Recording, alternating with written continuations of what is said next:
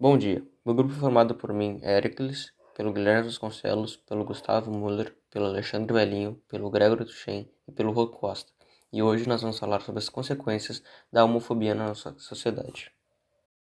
A diversidade sexual e de gênero, que podemos simplificar para o termo diversidade sexual, é uma expressão usada para se referir a qualquer tipo de sexo, orientação sexual, identidade e expressão de gênero. O movimento mais conhecido que representa esse termo é o movimento LGBTQIA+, que tem como principais objetivos a inclusão dos indivíduos que diferem das normas binárias de gênero e que, por isso, sofrem com a marginalização e exclusão da sociedade, e também a luta contra essa discriminação. A oposição à heteronormatividade, que é a ideia de que apenas os relacionamentos heterossexuais são naturais e corretos, pode ser vista no próprio nome do grupo, uma vez que, em constante modificação, ele busca ampliar a representatividade desses indivíduos na sociedade, lutando pela inclusão deles. Por conseguinte, essa comunidade será o tema-alvo do trabalho, por lutar contra o preconceito à diversidade sexual. As causas e motivos da LGBTfobia. De acordo com as ideias do sociólogo canadense Erving Goffman, o estigma representa o preconceito contra uma ou mais características físicas ou psicológicas que fogem das normas culturais de determinada época. Logo, podemos entender os integrantes da comunidade LGBT como pessoas estigmatizadas na sociedade contemporânea, pois se encontram fora do que é previsto como um padrão normal da massa social. Esse tipo de estigma é classificado por Goffman como o segundo tipo, que trata das culpas de caráter individual, ou seja, das características pessoais e comportamentais.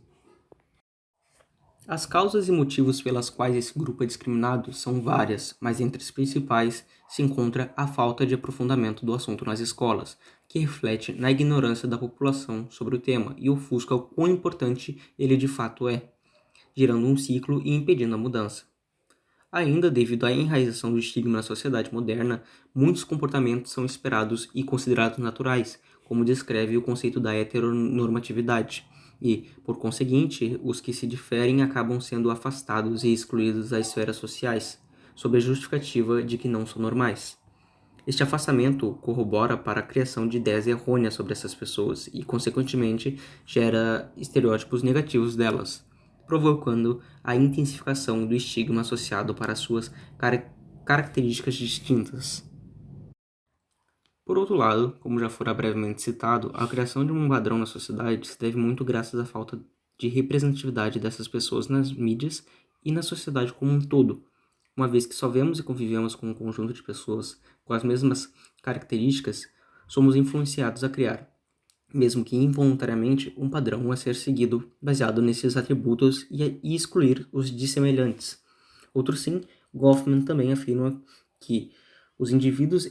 estigmatizados não têm voz nem espaço, pois os corpos sociais os classificam como incapazes por fugirem dos parâmetros e, consequentemente, assumem o poder da manutenção do sistema de controle social, tornando as pessoas associadas ao estigma escravas da padronização.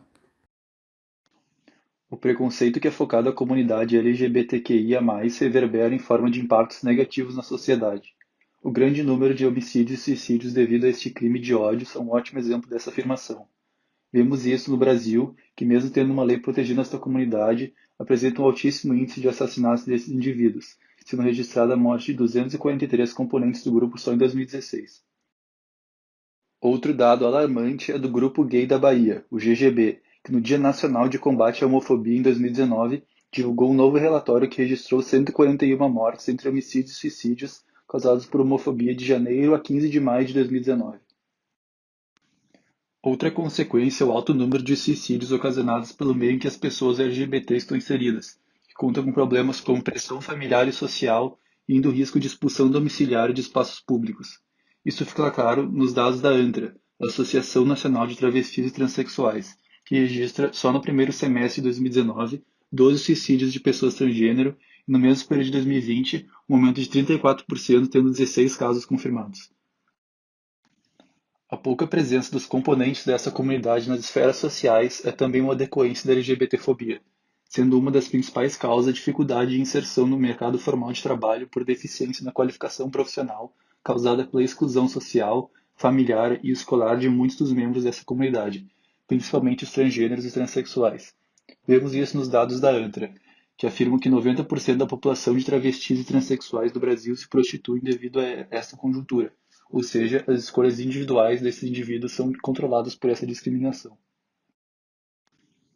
A política brasileira, por sua vez, não dá devida atenção para este assunto, e apesar de termos a Lei de 2006, Lei Estadual número 3079, que protege os LGBT da discriminação, sabemos que na prática isso não é o suficiente para a comunidade viver de forma justa.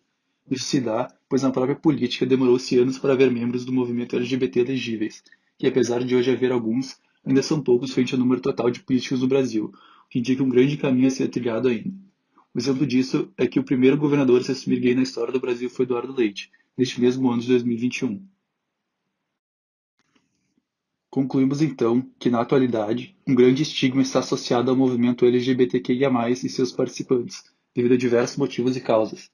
Essa conjuntura resulta em muitas adversidades para este grupo, que enfrenta grandes dificuldades para combatê-las, sendo, portanto, de extrema importância resolver essas problemáticas para que as pessoas possam viver uma vida digna e justa em meio à sociedade sem ser alvos de discriminação.